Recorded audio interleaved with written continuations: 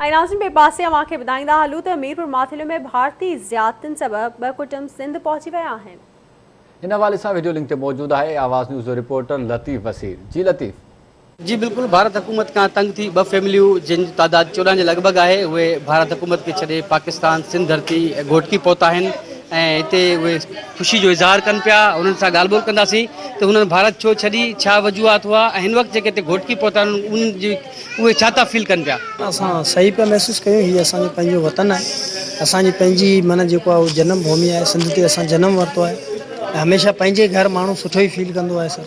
ईअं असीं बि फील भारत में कहिड़ी तकलीफ़ आहे इंडिया में? सर तकलीफ़ असांखे हुते इहो आई त तकलीफ़ ॼण पंहिंजो घर छॾे असीं जॾहिं ॿिए पासे वियासीं त ॿिए पासे रहणु थोरो मुश्किल आहे। केर बि माण्हू वञे, ऐं मुंहिंजो कोन थो चवां त सिर्फ़ु आऊं, पर सभिनी खे बि जेकॾहिं अगरि पंहिंजो घर छॾंदो त हुनखे पोइ ख़बर पवंदी त छा आहे छा न आहे। बहुत खुशी है, हमारे बच्चे लेके आए अपने परिवार में, बहुत खुशी है। वहाँ क्या था, क्या मसला था भारत में? वहाँ जाकर वो दूसरे देश में फंस जाते हैं, फंस गए थे। कितनी फैमिली थी? फैमिली है तो बहुत सारी है, 200-300 बंदे अभी तो कर भी फंसे पड़े हैं वहाँ लोगों में।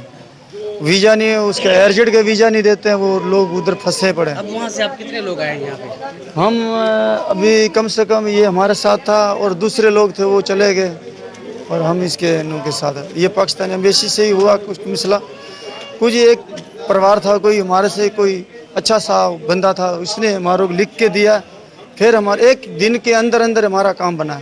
जी बिल्कुल, तमाम ॻाल्हि ॿोल ॿुधी ही भारत का वापस आयल जेके 14 फैमिली जा मेंबर आहिनि उन्हनि चयो त भारत हुकूमत पारां हुते असांखे का बि सहूलियत कोन हुई, हुतां तंग थी करे असां वापसि पाकिस्तान पहुता आहियूं जिते असांखे तमामु घणी ख़ुशी थिए पई।